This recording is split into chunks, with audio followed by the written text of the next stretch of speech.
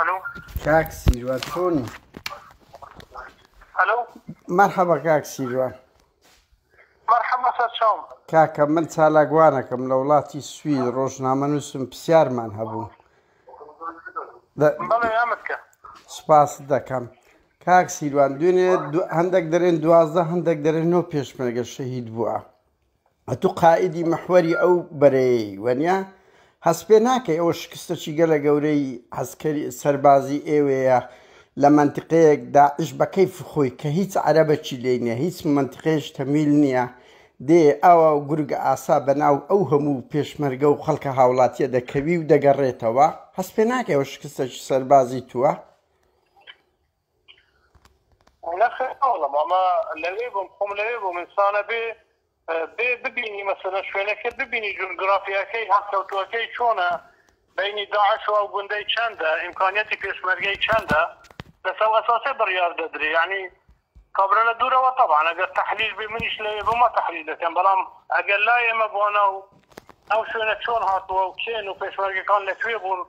کەمینیان دانەوە و داعشەکان هەموو دووربینی شەویە و حەراریان پێیە پێشمەرگە مەحوەری 120 کیلومتر یەک دووربینی نییە و نە پێمان دەدەن نە دەیاڵێن بشکڕین بەڵێ بەغداییجا زەمان ئەوە هەمووی حسابە شەڕی پارتیزانی فارقە بەس شەڕی پارتیزانی کاک سیروان من بە خۆم خەڵکی ئەو مەنتیقەم بەڕاستی یعنی ئەو گوندەی ئێمێ و سێ لەوانە خزم و کەسوکاری نزیکی ئێمێ شەهید بووە. داعش چۆن دەتوانێتن لەو مەنتیقەی کە هیچ عەرەبەکی لێ نییە، هیچ عەرەبەکی لێ نییە، هەمووی کورد و عەرەبی لێ نییە بەڵام مادام جەنابەت خەڵکی ئەوێت یعنی معنای شارەزای بەڵێ ئەو گوندە هەر لە بناری قەرەچۆغیە جەنابەت دەزانی ڕاستە هەر لە بناری هەر لە بن چیایە هەموو شاخ و داخە ئەو چیا سلسلەی سەرێ پێشمەرگە گرتیکی ئەو بەر پێشمەرگە بۆی نییە بچیتە خوارێ یعنی ئەو شوێنە جەنابەت دەڵێ ئێستا تونێلی داعشی لێە لەبەری دیوی عێراق یعنی بە هەوایی 500 متر دوورە لەو گوندانە 500 متر پێشمەرگەش خاڵی هەیە دەبعان کەمینیان هەبووە بەڵام جەنابەت دەزانی شاخێکی وەکو قەرەچۆخ و ئەمە پێشمەرگە بووینە جەنابەت دەزانی احتیمال نازانم جەنابەت پێشمەرگە بووی نەخێرە 500 هزار عسکەر و ئیمکانیەتی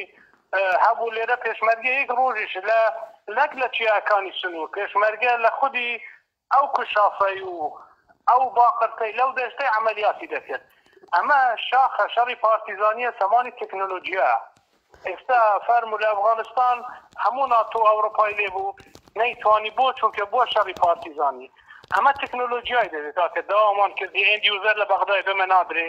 دووربینی حراری دەوێت خۆ پێشمەرگە دەست ناتوانانی دەستێک بگیری خۆ جەنابەت دەزانی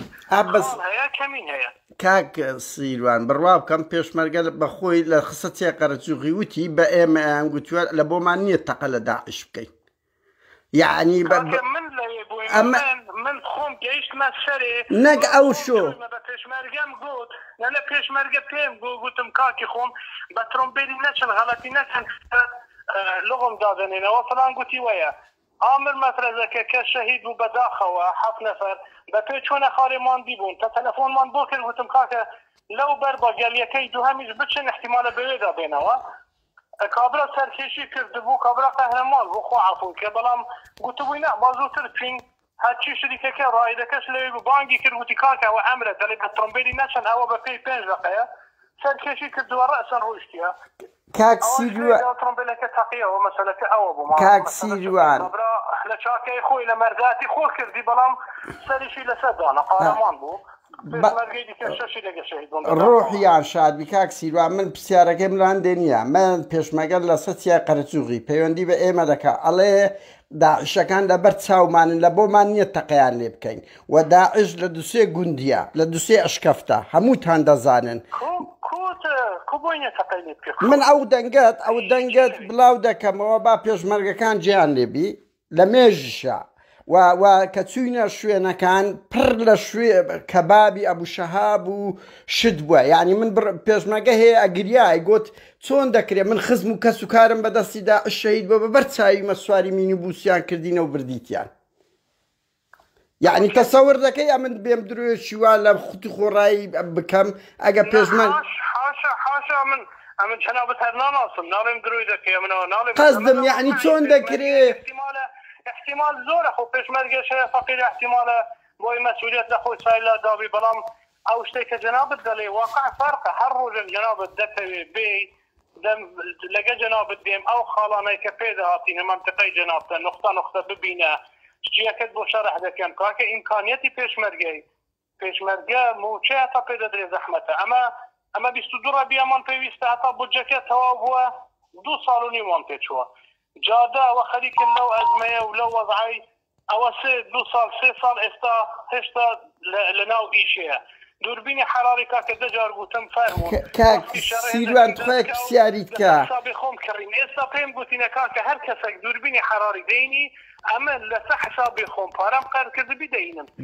لە عێراق دەڵێن ئێندی وزارت نادەینی بە تەحالف دەڵێن دەبێت تەکنۆلۆژیا های تەکنۆلۆژیا دەبی چاوەڕێبی گوتمان کاکە درۆنەکەبی ئەوش کەوتانە بە پشکنی بشمەرگە کاک سیروان تخۆیەک پرسیاریک ئەوە